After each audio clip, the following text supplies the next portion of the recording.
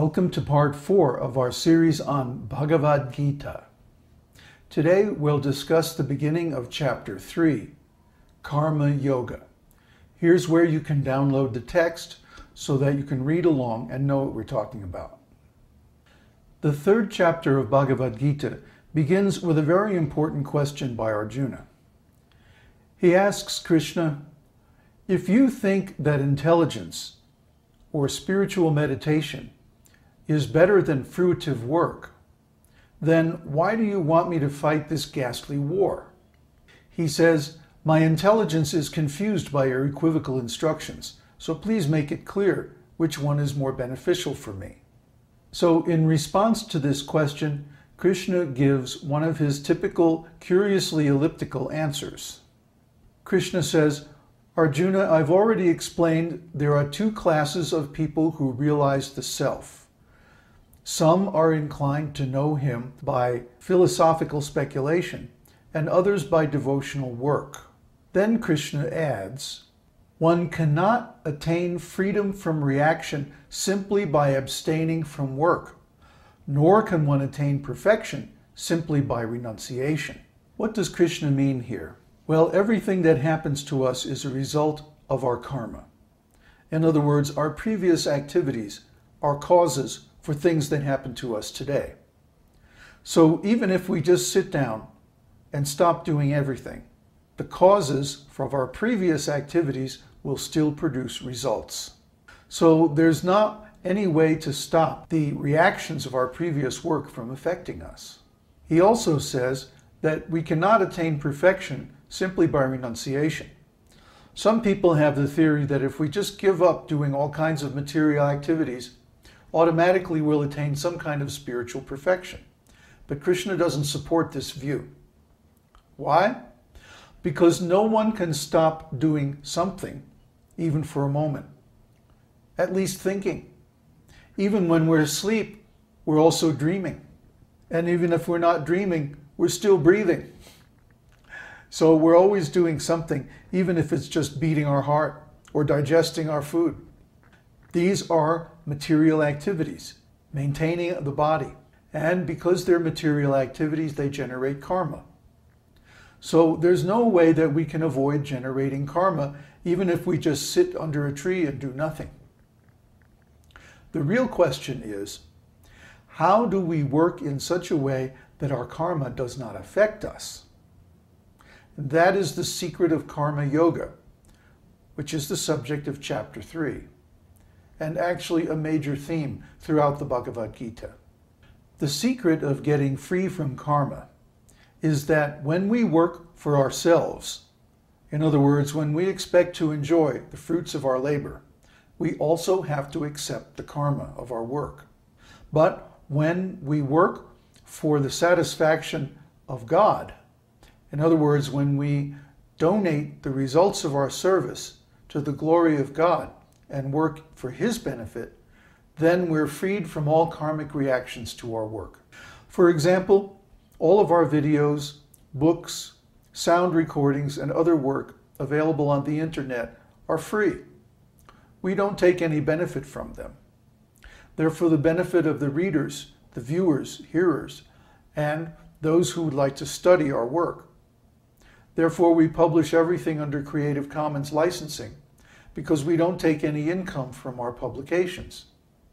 Instead, our publications and other works are dedicated to the glory of God. This is karma yoga. We're not trying to become famous or start a big religious organization. In fact, we don't want to have a religious organization because that brings so many complexities into our life. Actually, what we want is for people who are sincere to read and study these broadcasts and make spiritual progress as a result.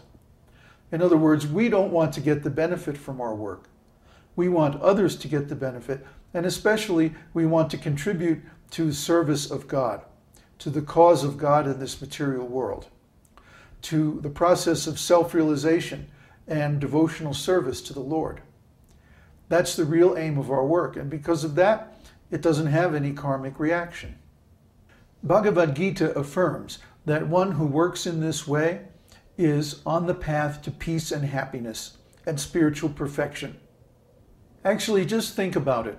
We accept so much benefit from God. This body is a gift from God.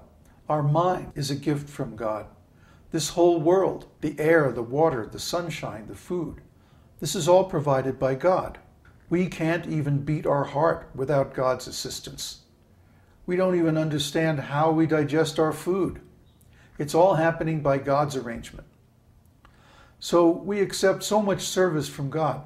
If we don't offer this facility to God in return, then we're at the very least ungrateful. And at the very worst, we're a thief and a rascal, a criminal who deserves to be punished. And what is our punishment? The law of karma. Because of the law of karma, even if we work in so-called goodness, for example, doing charity work or other material benefits, without thinking of ourselves, we still have to take another material body in order to realize the benefits of that work. And simply by taking a material body, we'll be exposed to so much suffering in this material world. So even if we do work in the mode of goodness, which is recommended, still we have to suffer because of the law of karma. The only way to get free from the law of karma is by offering the result of our work to the Lord. For example, Krishna says here in this 3rd chapter that the devotees of the Lord are released from so many sins because they offer their food to the Lord before eating. When we offer our possessions, our food, our work, and even our own self to the Lord, this is called sacrifice. The process of sacrifice provokes God to respond in kind. Of course, God responds from within, not from without. So apparently there may be no material result for our sacrifices or other spiritual activities, but we experience the result internally. This is something that you have to try in order to see the result. You can't see it in other people's lives. In other words, someone may get some superficial prosperity from religious activities, but that's not really the result of spiritual activities. The real result of spiritual progress is that we renew our eternal personal relationship with God. And this is so wonderful and blissful. There's no way I can describe it. You have to experience it for yourself. The end result of this process is full self-realization, where one takes complete pleasure in activities of spiritual love with the Lord.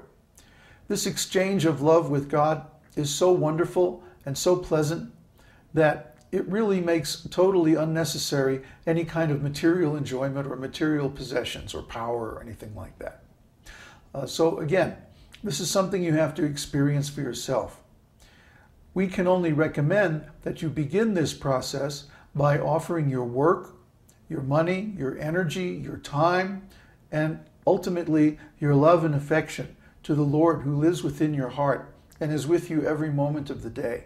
This is spiritual consciousness, and this is the perfection of human life. Krishna says here in the 3rd chapter of Bhagavad-gita that a person who has realized this has no more duty because of full engagement in spiritual consciousness. A person in this kind of consciousness acts out of duty, not for any personal profit, but to show the proper example to others. Even Krishna, when he's here on earth, works in different ways in order to show us how to meet the challenges of life with spiritual knowledge. Om Namo Bhagavate Vasudevaya. Om Namo Bhagavate Vasudevaya. Om Namo Bhagavate